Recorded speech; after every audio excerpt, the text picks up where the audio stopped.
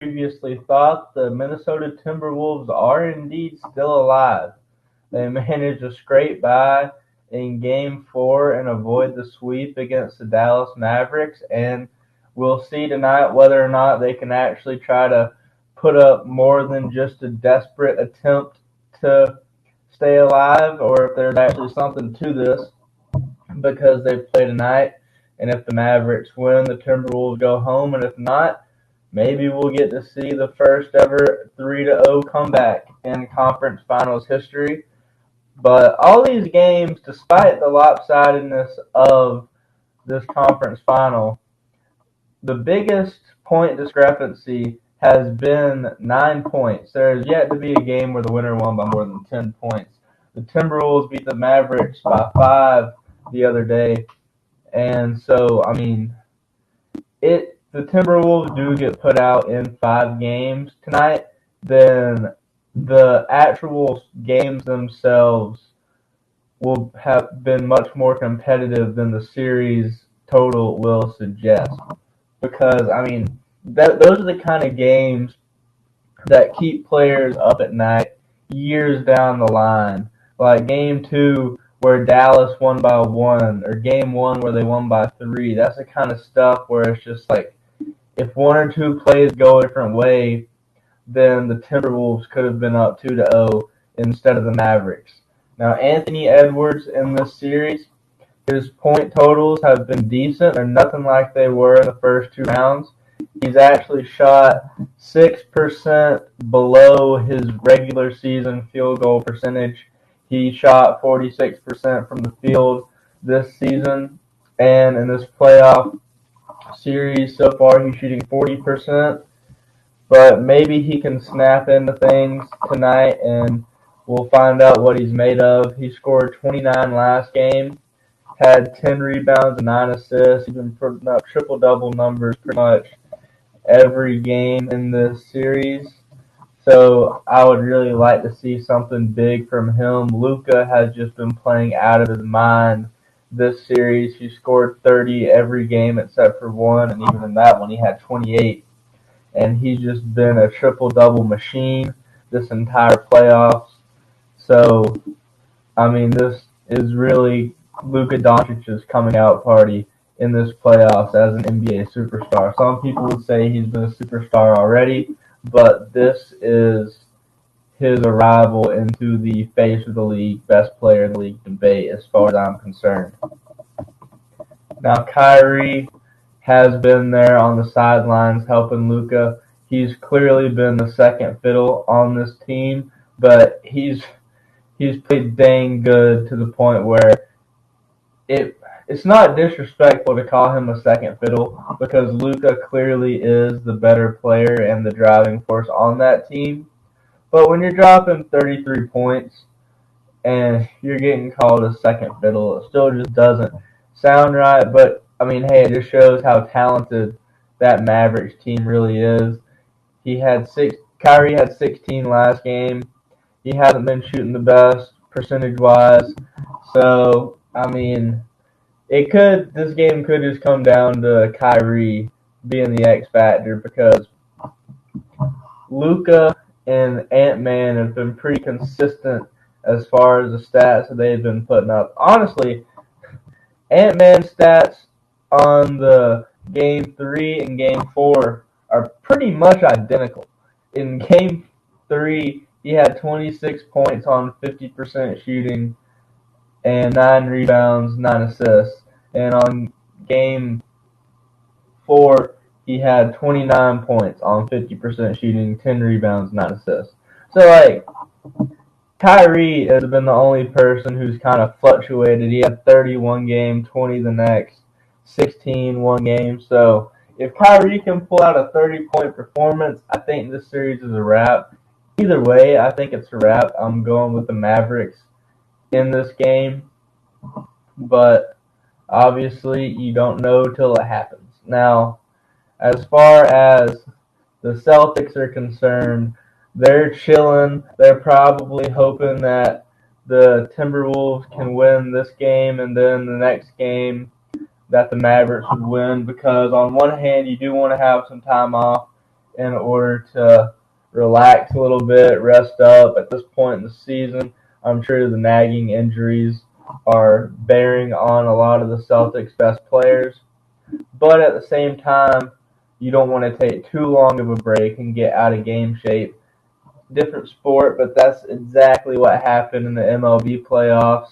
This last go around, they gave the first seeded teams byes and ended up they all got put out in the first round because they were rusty when they came back. When you play basketball or baseball too, when you play a sport pretty much multiple times a week for at least 6 months and then you take a week off, it takes a while to get back into shape. That's why a lot of times there's an all-star break hangover, or on the first day of the season, some team that got put together over the summer, like the 2016 Warriors, 2016-17 Warriors, and they got shellacked by the Spurs on opening day in 2016. Like, stuff like that happens just because you're not used to playing together. You got to find your rhythm again. So the Celtics are probably rooting for the Timberwolves tonight, Mavericks in Game 6, if there is one. And I would say this series, or this season, should be the Celtics to finally climb the mountaintop that they've struggled to get back to since 2008, especially in the Jason Tatum era. There have been so many years that it's felt like the Celtics were finally going to break through, and they weren't able to do it. There was that time where they took LeBron to the conference finals. That was back when 2017, when Kyrie was still there. Maybe it was even 2017-18 season. But back when Kyrie was still on the Celtics, and they took him to Game 7, and they ended up losing that, but that would have been a great opportunity. Then there's been a couple times since then where they should have made the finals. There was a time against Golden State they did make the finals and lost. So the Celtics have just been, as a fan, like, I've been waiting for them to finally win that championship for years now. And I hope this can be the time they finally do so, because I've always liked the Celtics. And Jaylen Brown being somewhat local, that'd be cool to be able to say that somebody from Walton High School has an NBA championship. Somebody from Cherokee High School now has a Super Bowl ring to Montreal, Washington. So, it would just be cool for somebody that grew up around Jaylen Brown's stomping grounds.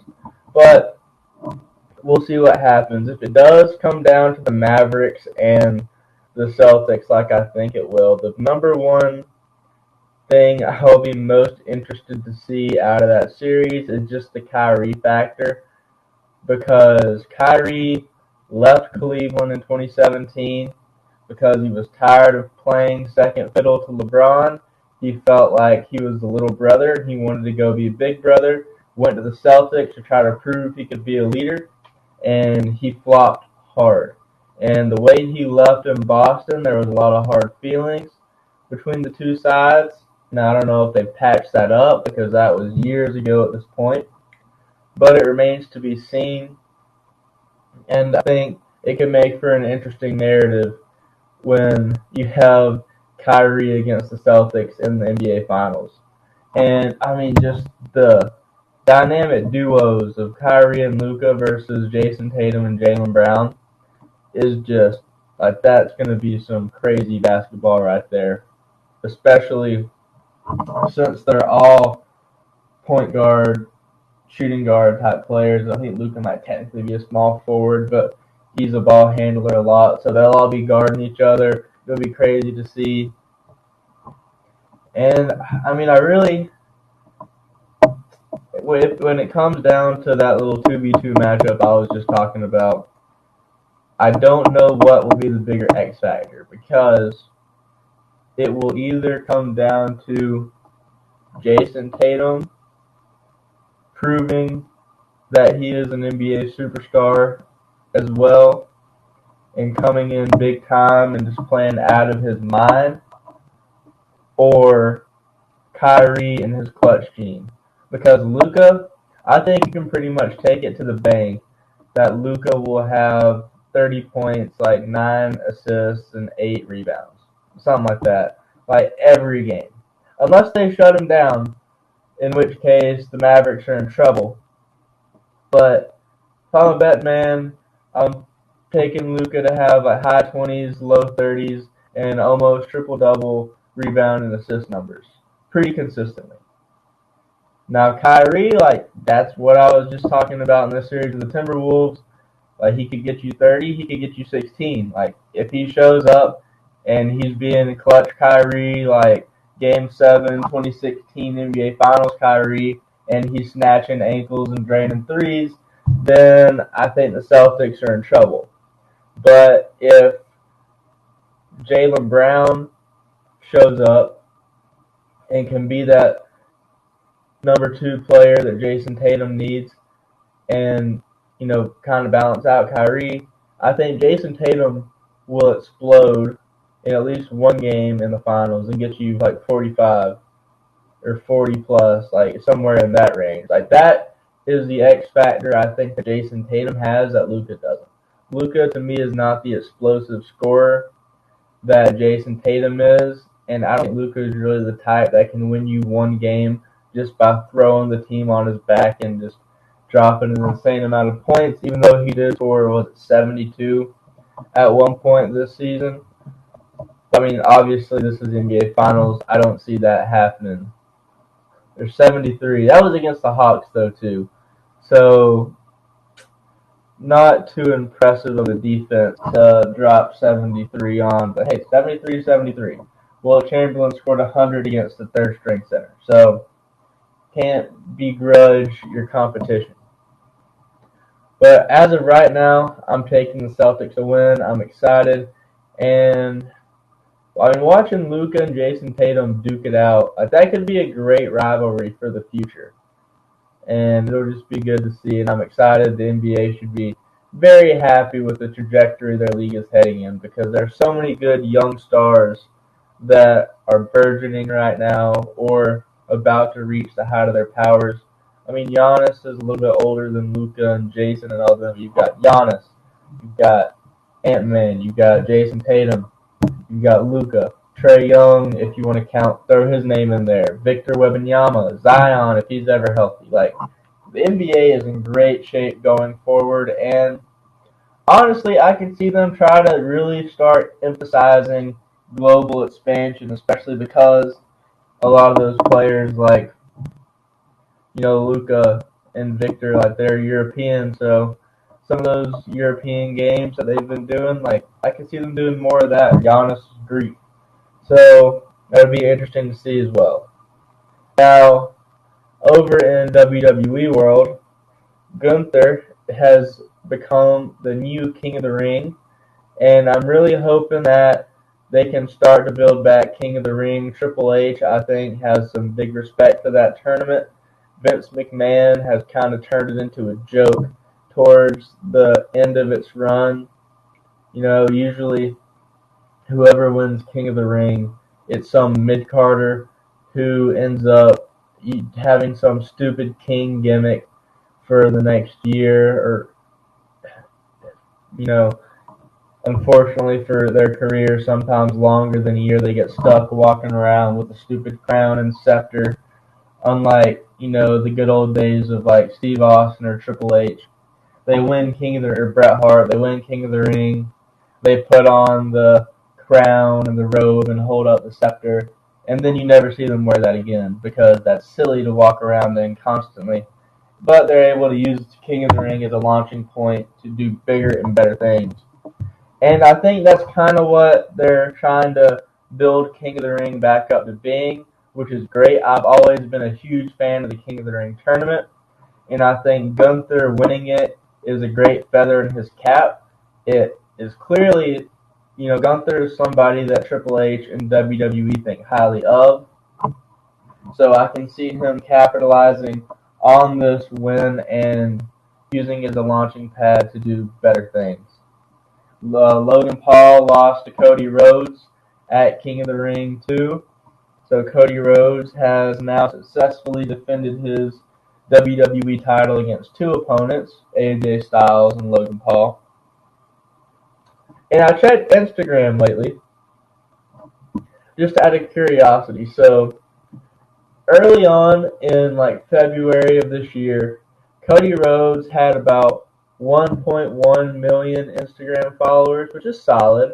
As somebody who currently has 1,600, definitely not anything to sneeze at. Once you break a mill, like, that's great for you.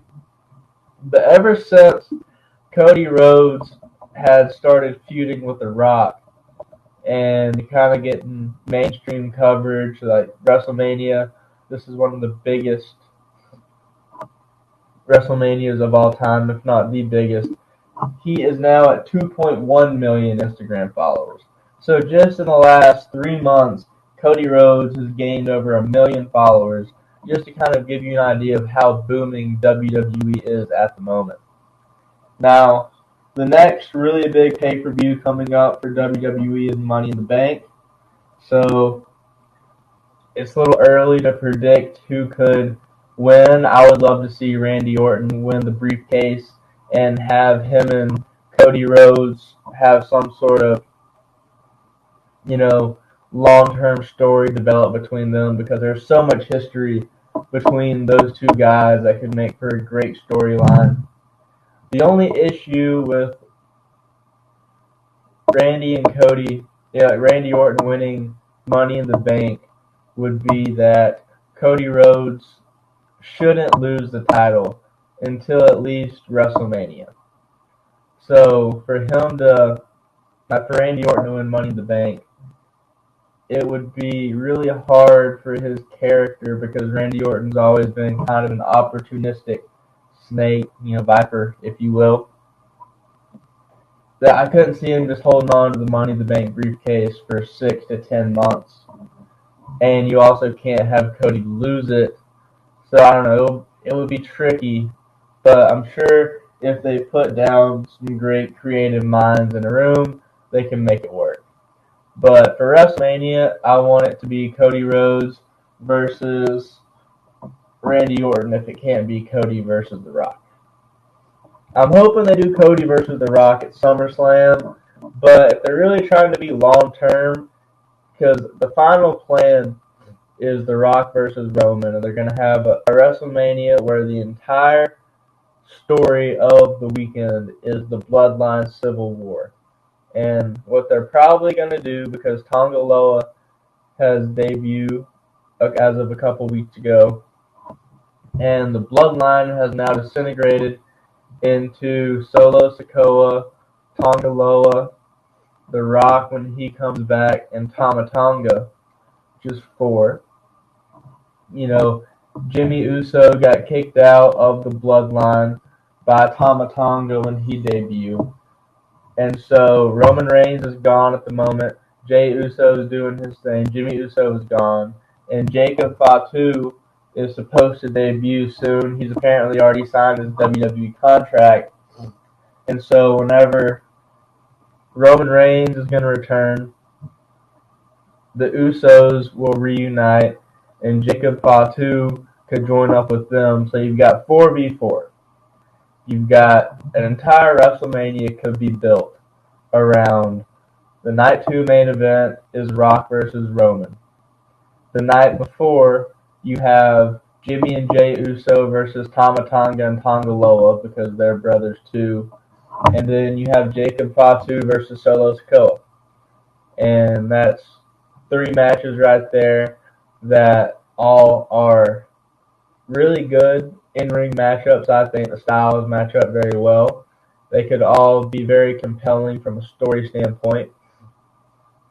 And so I don't know if they do that this WrestleMania or if they try to save it for next one, but that remains to be seen, and I'm excited to see the trajectory that goes. Roman Reigns will probably not be on TV again until at least SummerSlam. And it could honestly be longer, because, he was champion for 4 years.